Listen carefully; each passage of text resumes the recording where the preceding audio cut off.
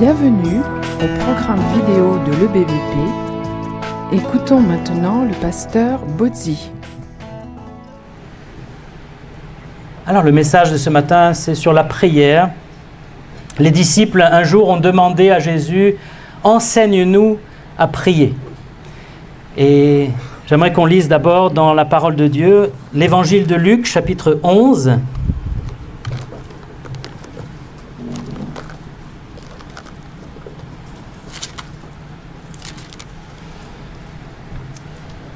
À partir du premier verset, Luc 11.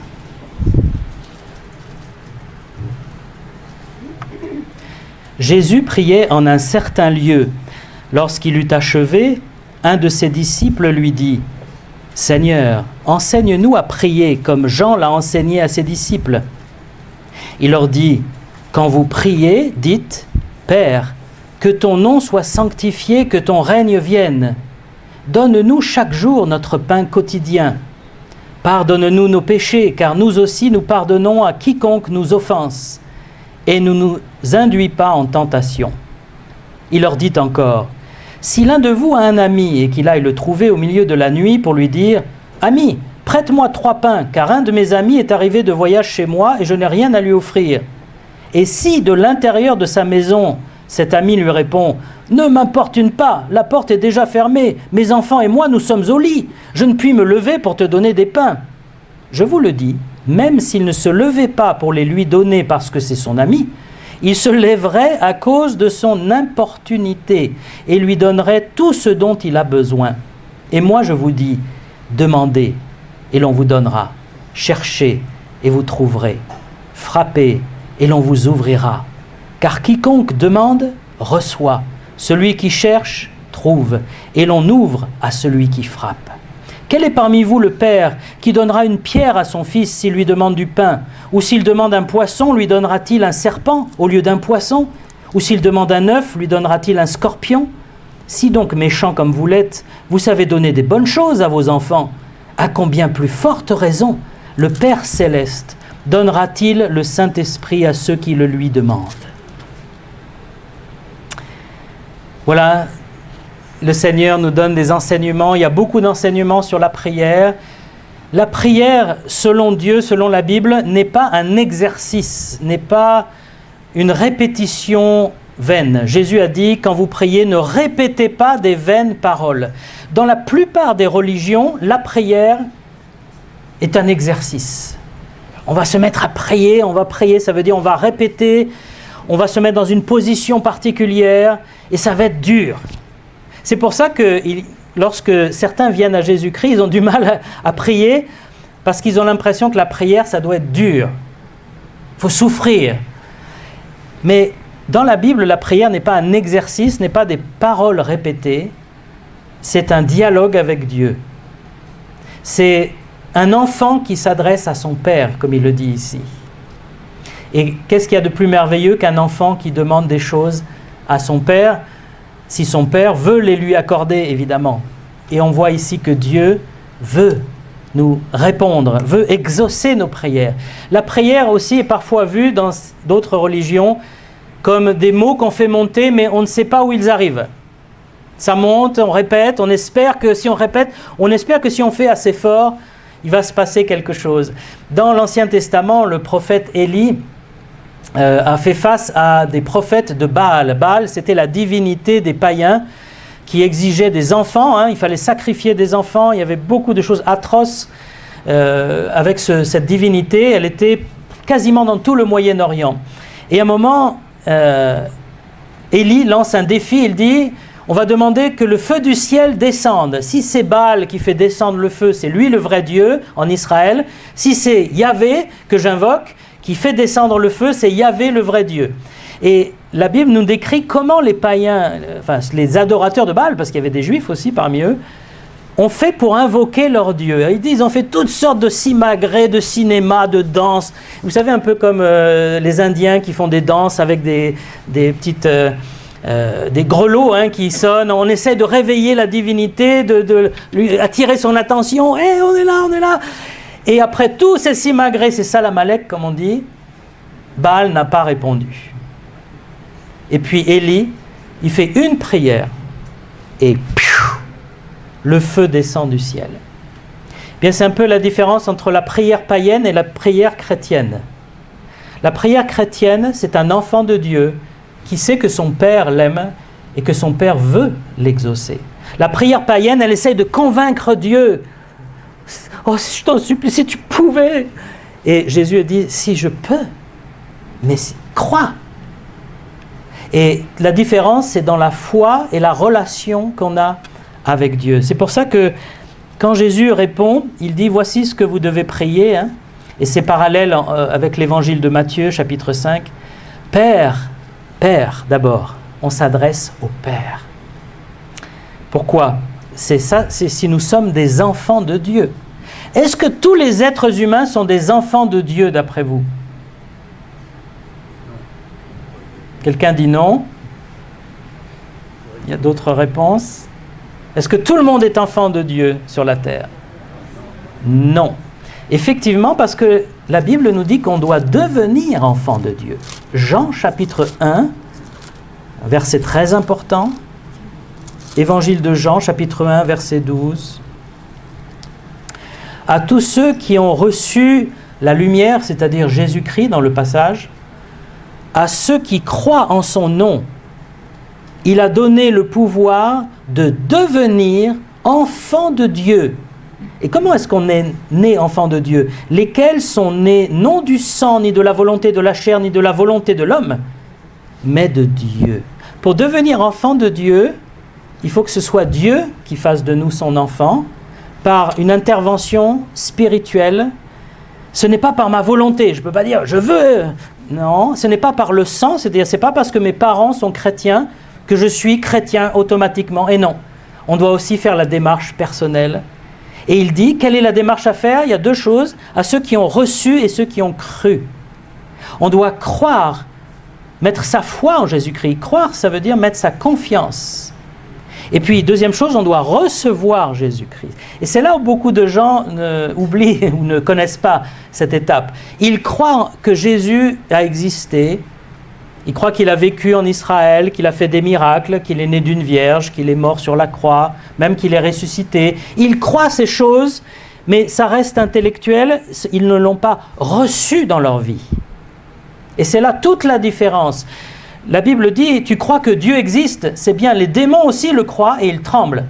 Les démons ne seront pas sauvés, ils iront en enfer. Hein. Tu crois que Jésus a existé, c'est bien, mais ça ne suffit pas. Il faut recevoir Jésus-Christ dans ta vie. Comment est-ce qu'on reçoit Jésus-Christ ? Eh bien, si on croit qu'il est vivant, qu'il est ressuscité, on peut l'invoquer, lui dire, Seigneur, viens dans mon cœur, viens dans ma vie, parce que je suis pécheur, je suis sale, j'ai besoin que tu me pardonnes, que tu me purifies, que tu me sauves. Et là, la Bible dit que Dieu fait un miracle en nous, on devient un enfant de Dieu. À ce moment-là, ce n'est pas le jour du baptême, ce n'est pas le jour de telle ou telle cérémonie, c'est pas parce que mes parents sont chrétiens que je deviens un enfant de Dieu. Non, non, non, ça ne se transmet pas. C'est par la foi et la réception de Jésus-Christ, Jean 1, 12. Mais je reviens à Luc, Jésus continue, il dit, tu dis, Père, que ton nom soit sanctifié, que ton règne vienne. Voilà ce qu'on oublie souvent dans nos prières, c'est d'élever, de glorifier le nom du Seigneur. Tout de suite, on entre dans nos demandes. Quand on prie, et c'est vrai que prier, ça veut dire demander hein, en français. Mais on s'adresse quand même à notre Père. Si un enfant commence, hein, parmi nous, là, vous commencez à aller voir votre Père et vous dites « Je veux ça, je veux ci, à table, le sel ». Qu'est-ce que votre Père va vous répondre ? Il manque la formule magique. Hein ? C'est quoi la formule magique ? S'il te plaît papa ou s'il te plaît maman. Si on le fait avec nos parents terrestres, combien plus on doit le faire avec notre Dieu qui est saint, qui nous a racheté un grand prix. On doit l'invoquer. Père, je veux élever, sanctifier ton nom. Qu'est-ce que ça veut dire ? Ça veut dire que pour moi, Dieu est le plus important de sanctifier son nom. Pour moi, Dieu est au-dessus de mes propres besoins. Ce qui compte en premier dans ma vie, c'est Dieu. Si je prie avec égoïsme, si je prie pour juste moi, Seigneur, donne-moi ci, donne-moi ça. Mais Dieu, ce n'est pas un distributeur. Il n'est pas à mon service. Vous me dites, oui, mais il dit, demandez, l'on vous donnera. C'est vrai, et on va le voir. Mais ce n'est pas demander n'importe comment. Donne-moi, donne-moi, donne-moi. On commence la prière, et Jésus insiste là-dessus, par sanctifier le nom du Seigneur, par dire, tu es le premier dans ma vie, tu es Dieu, je reconnais que tu es le Seigneur.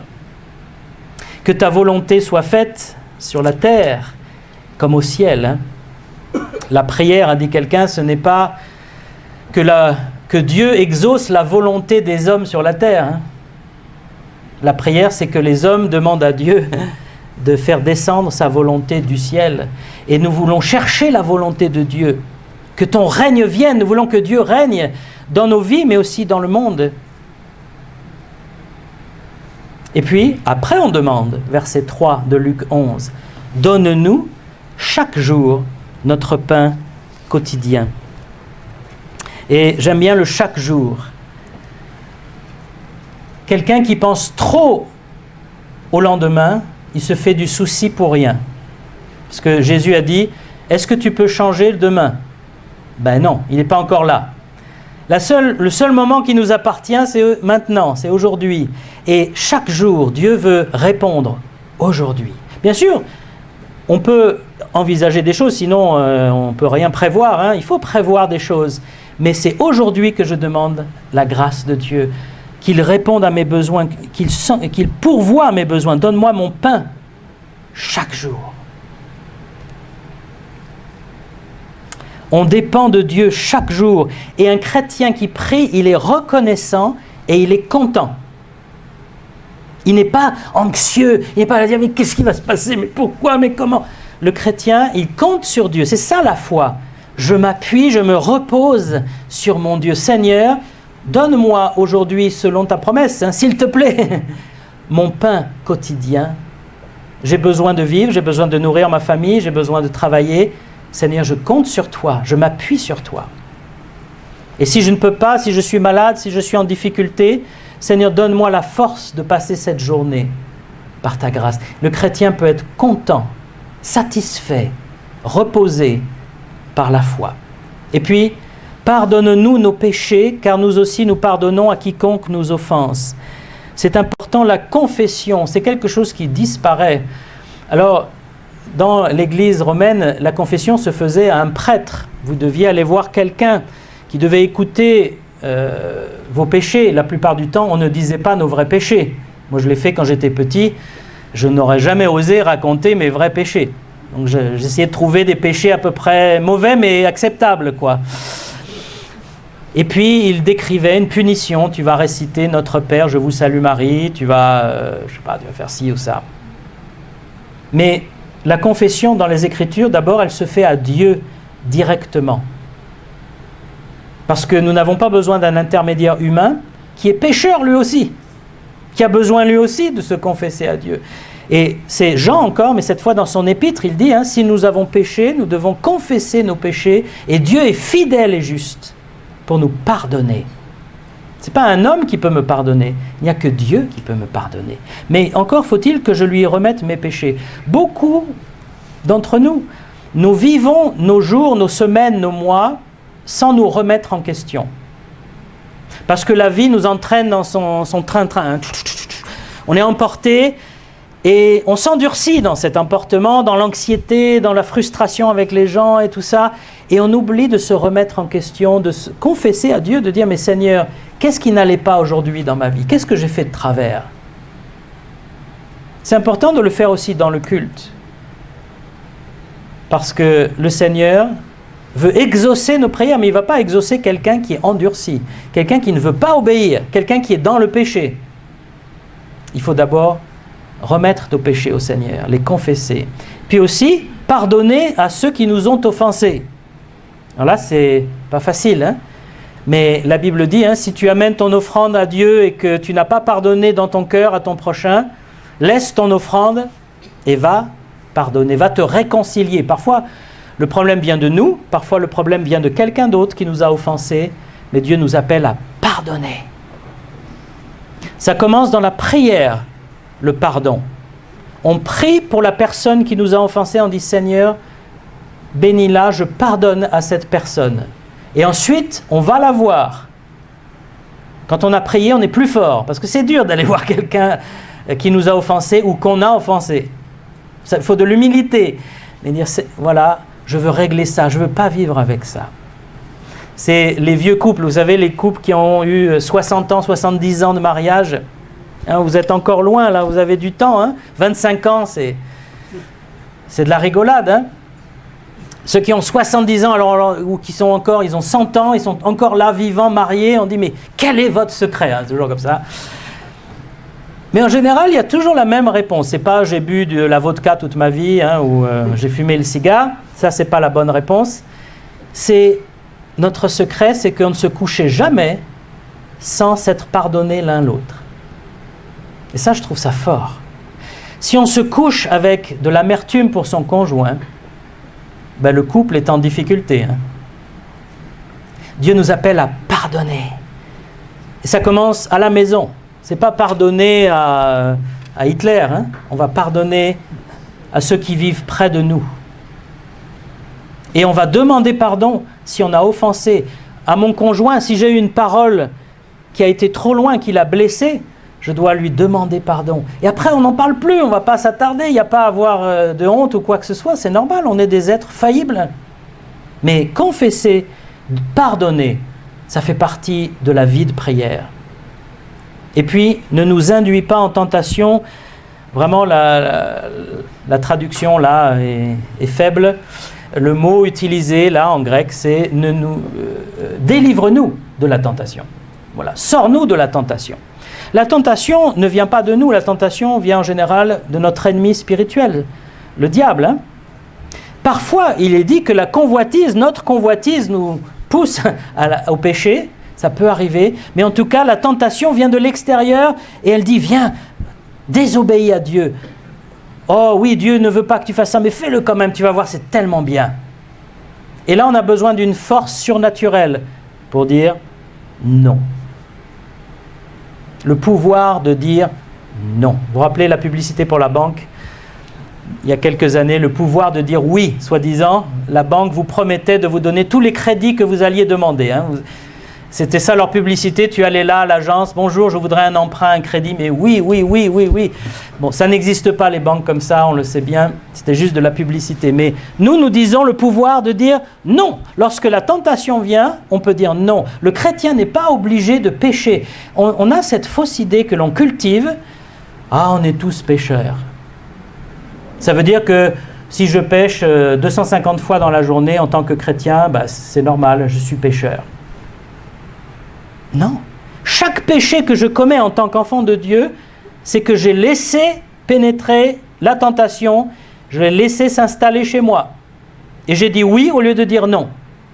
Et Dieu nous appelle à dire non, et pour ça, il nous demande de prier. Seigneur, je suis tenté là, vraiment, je vais tomber, mais viens à mon secours.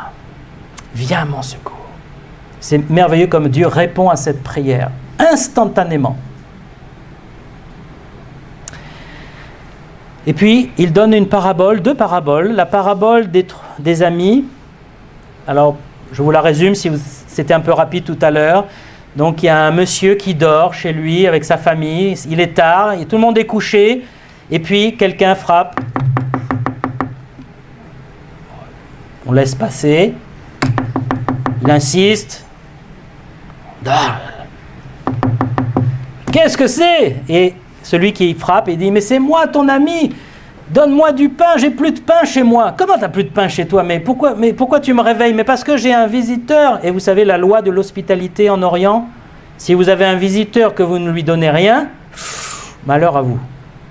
Mais il n'avait plus rien à donner, c'était quelqu'un de pauvre certainement, hein. Il avait mangé tout son pain de la journée. J'ai plus rien à donner, donne-moi du pain que tu as à la maison. Et il dit, si cet homme ne se lève pas par amitié, parce qu'un ami quand même on va lui rendre service, il va se lever parce que de toute façon il est réveillé, hein. Ça y est, il m'a réveillé donc. Et par l'importunité Le mot qu'il veut employer, l'importunité, c'est le fait de déranger, de ne pas avoir de protocole. Normalement, vous n'allez pas réveiller votre ami, même si c'est votre ami. Parce que vous dites, il dort, je ne vais quand même pas le déranger. Si je n'ai pas de pain, tant pis pour moi, hein, j'avais qu'à en avoir. Ça, c'est le protocole, c'est la politesse, c'est les règles. Mais il dit, il y a des moments où il faut enfreindre les règles de politesse, de protocole. Et il dit, vous pouvez le faire avec Dieu. C'est ça qui nous choque ici. Jésus, il avait toujours des paroles fortes. Hein. Vous pouvez enfreindre les règles avec Dieu en lui demandant de façon importune. Pourquoi ? Parce que Dieu veut vous répondre. D'abord, Dieu ne dort pas la nuit. Donc vous ne le dérangerez pas, même si vous priez à 4 heures du matin. On a cette idée, encore une fois, que je ne veux pas embêter le Seigneur avec mes petits détails. Je ne sais pas si vous avez déjà dit ça. J'ai perdu mon stylo, j'ai perdu ma clé, j'ai égaré ma clé. Je ne vais quand même pas déranger le Seigneur avec ça. Si. Seigneur, aide-moi à retrouver ma clé. Je me rappelle le papa de Svenia, il avait perdu son alliance dans le gazon. Devant une maison, il y avait tout un carré de gazon assez grand. Et je ne sais pas ce qui est arrivé, l'alliance était tombée de son doigt dans le gazon. Je ne vous dis pas comment retrouver une petite alliance dans un grand carré de gazon. Et immédiatement, on a dit, allez, on prie. Seigneur, là, il va falloir que tu nous aides parce que même à plusieurs, on ne va pas y arriver, ça peut être n'importe où. Et puis on a prié, puis on s'est mis à quelques-uns, et au bout d'un moment, ça y est, on l'a trouvé. Son mariage était sauvé. Et oui, parce que si vous perdez votre alliance, là, attention. Le Seigneur veut répondre aux moindres détails. Je suis angoissé, Seigneur. Aide-moi à passer ce moment à être dans la paix. Je suis tenté, Seigneur, aide-moi à dire non. Quoi qu'il m'arrive, je peux prier le Seigneur à tout moment, à toute heure. Et je peux le prier 25 fois, 50 fois dans la journée pour la même chose. Le Seigneur m'écoute, m'entend. Et il le dit à la fin de la parabole, il dit, je vous dis, demandez et l'on vous donnera. Cherchez, frappez. Demandez, cherchez, frappez. Ça demande quand même une persévérance. C'est pas juste, si tu pouvais faire quelque chose, non. C'est quelqu'un qui est intense là, qui demande, qui cherche, qui frappe. Seigneur, je frappe à ta porte, exauce-moi, réponds, donne-moi une réponse, montre-moi ce que je dois faire.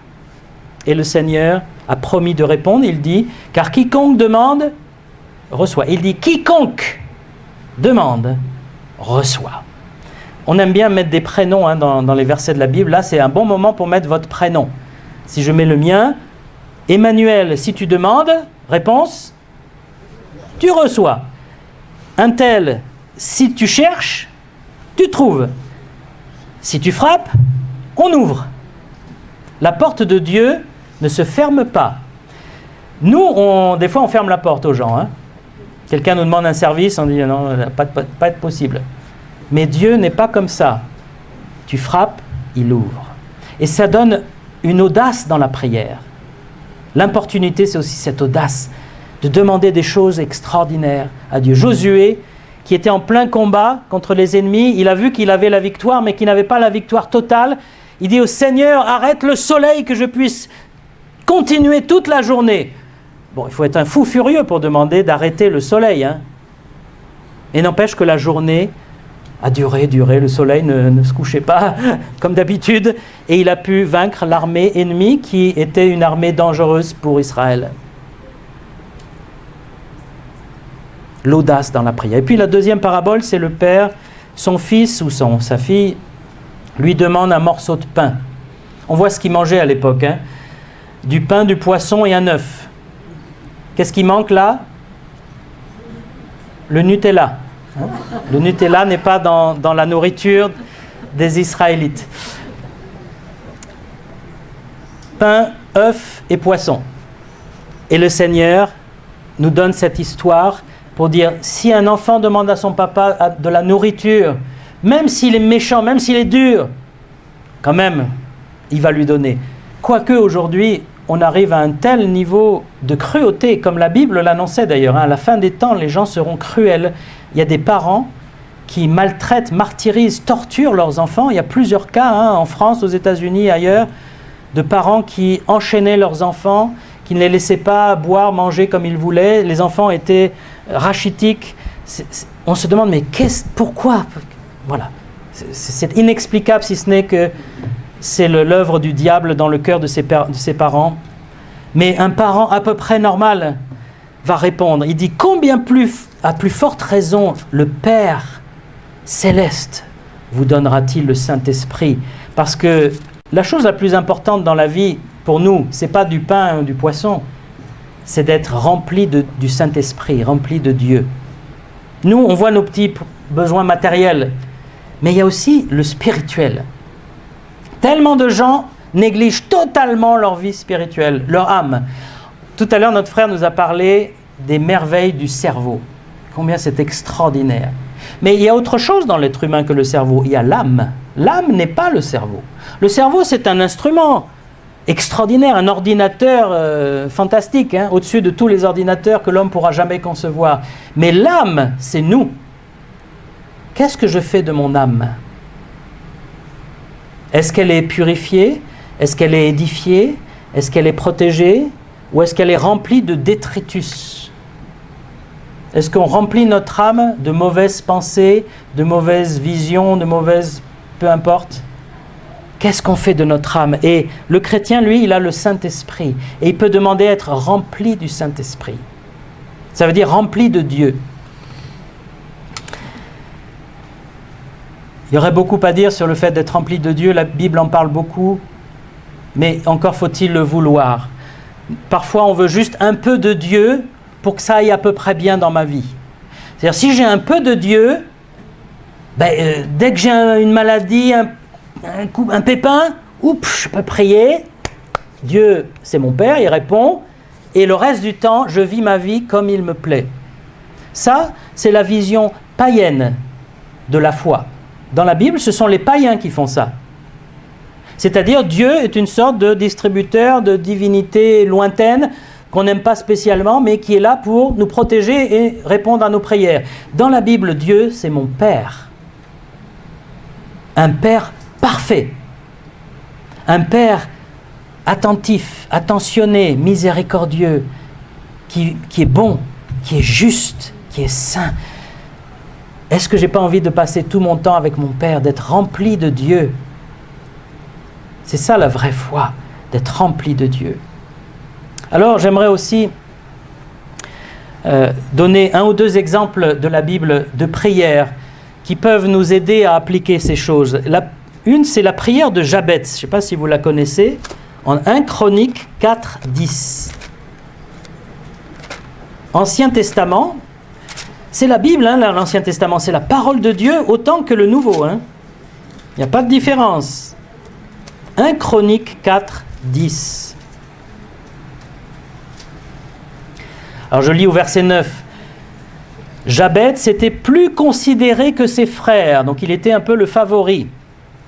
Sa mère lui donna le nom de Jabez ou Jébetz en disant « C'est parce que je l'ai enfanté avec douleur ». Jabez invoqua le Dieu d'Israël en disant « Si tu me bénis et que tu étendes mes limites, si ta main est avec moi et si tu me préserves du malheur, en sorte que je ne sois pas dans la souffrance. » Et Dieu accorda ce qu'il avait demandé. Aux États-Unis, où, sans leur faire offense, on aime beaucoup les modes. Il y a des modes dans les milieux évangéliques parce qu'il y a beaucoup de chrétiens. Il y a peut-être 40 millions de chrétiens évangéliques aux États-Unis. 40 millions, c'est un gros marché, n'est-ce pas ? Et donc, il est sorti un livre qui s'appelait « La prière de Jabez ». Ça fait fureur, tout le monde l'achetait, tout le monde lisait. Voilà le modèle de prière. Tu veux être béni dans ta vie ? Tu fais la prière de Jabez. Tu la répètes mot pour mot. Même en hébreu, c'est encore mieux. Si tu me bénis, si tu étends mes limites, si ta main est avec moi, si tu me préserves du malheur et que je ne sois pas dans la souffrance. Qui ne veut pas ça ? Moi, je ne veux pas être dans la souffrance. Je ne veux pas être dans le malheur. Je veux être béni.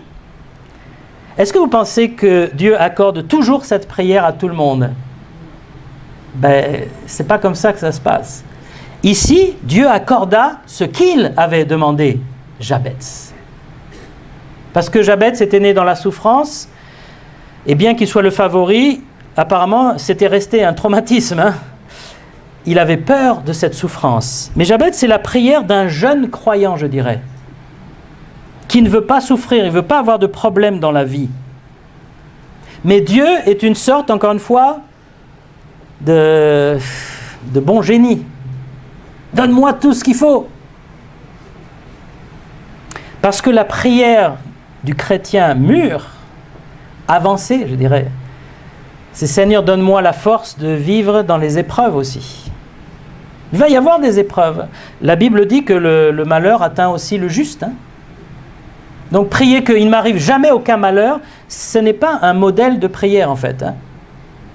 Prier qu'on ait la force d'affronter les malheurs, la paix dans les malheurs, la communion avec Dieu dans les malheurs, l'aide des frères et sœurs dans les malheurs. Ça, c'est la prière du Nouveau Testament.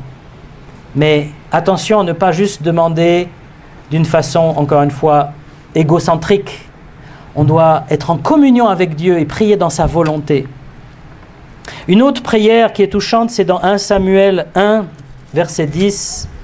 C'est la prière de Anne, la maman de Samuel.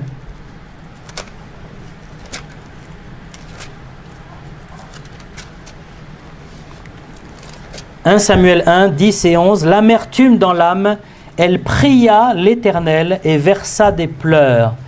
Elle fit un vœu en disant « Éternel des armées, si tu daignes regarder l'affliction de ta servante, si tu te souviens de moi et tu n'oublies point ta servante, et si tu me donnes un fils, je le consacrerai à l'Éternel pour tous les jours de sa vie, et le rasoir ne passera pas sur sa tête. » Anne était stérile, et pour une femme juive, c'était terrible, parce que toutes les femmes attendaient de mettre au monde le Messie.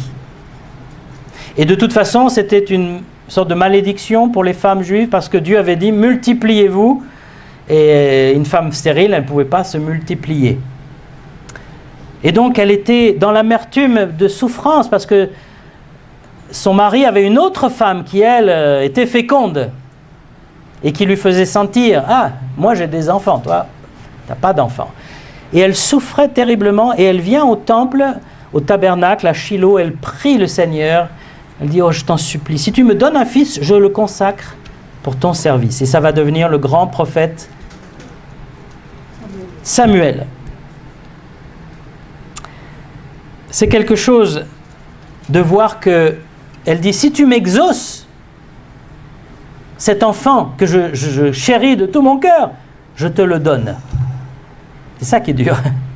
C'est-à-dire, elle dit, si tu me donnes un fils, oh, je l'aimerai, je m'en occuperai, je le chouchouterai, je le couvrai. Non, si tu me donnes un fils, je te le redonne. Et elle a eu d'autres enfants après. Hein. Ça, c'est une prière qui n'est pas égocentrique, qui est pour la gloire de Dieu. Elle dit, Seigneur, tu veux qu'une femme soit féconde? Exauce ma prière, donne-moi un fils. Et non seulement Dieu l'a exaucé, mais ce fils est devenu un juge, un grand prophète en Israël. Un homme de Dieu. Alors, quand on prie, on ne doit pas juste dire « Seigneur, donne-moi une voiture, donne-moi le dernier téléphone à la mode. Hein. Seigneur, donne-moi ce qu'il faut pour que je te serve. Et si tu me donnes des choses matérielles, je veux les consacrer à Dieu. Ma maison, ma voiture, mon argent, je veux l'utiliser pour la gloire de Dieu, pour aider les autres, pas simplement pour moi-même. La Bible est remplie de prières et je vous invite à y faire attention quand vous lisez régulièrement votre Bible. Ah, là c'est une prière. Qu'est-ce que Daniel prie? Qu'est-ce que Néhémie prie? Qu'est-ce que Paul prie? Qu'est-ce que Jésus prie? Pour apprendre à prier. Dieu veut qu'on fasse des progrès, qu'on ne soit pas juste là à faire des demandes un peu machinales, mais qu'on passe du temps avec Dieu, que nos prières viennent d'en haut, que nos demandes viennent du conseil de Dieu qui veut exaucer, et qu'on soit comme un enfant avec son Père, et pas comme devant un distributeur de bénédictions, qu'on cherche la volonté de Dieu en toutes choses, et que le Seigneur nous aide à mieux prier. Le lundi, on pourrait être plus nombreux, par exemple, pour intercéder. Et si vous ne pouvez pas venir, si vous habitez loin, pas de problème. Mais vous pouvez prier aussi chez vous, prendre ce temps. Je sais que Philippe et sa maman, le lundi, ne peuvent pas forcément venir, mais ils prient à la maison, ils passent un quart d'heure. Pas besoin que ça dure 3 heures. On peut prendre un quart d'heure pour intercéder, pour se mettre devant le Seigneur en famille. La prière, c'est la communication vitale avec Dieu, c'est ce dialogue merveilleux avec notre Père. Sinon, à quoi ça sert qu'il est notre Père s'il ne peut pas parler avec nous et nous entendre, lui demander des choses? Amen.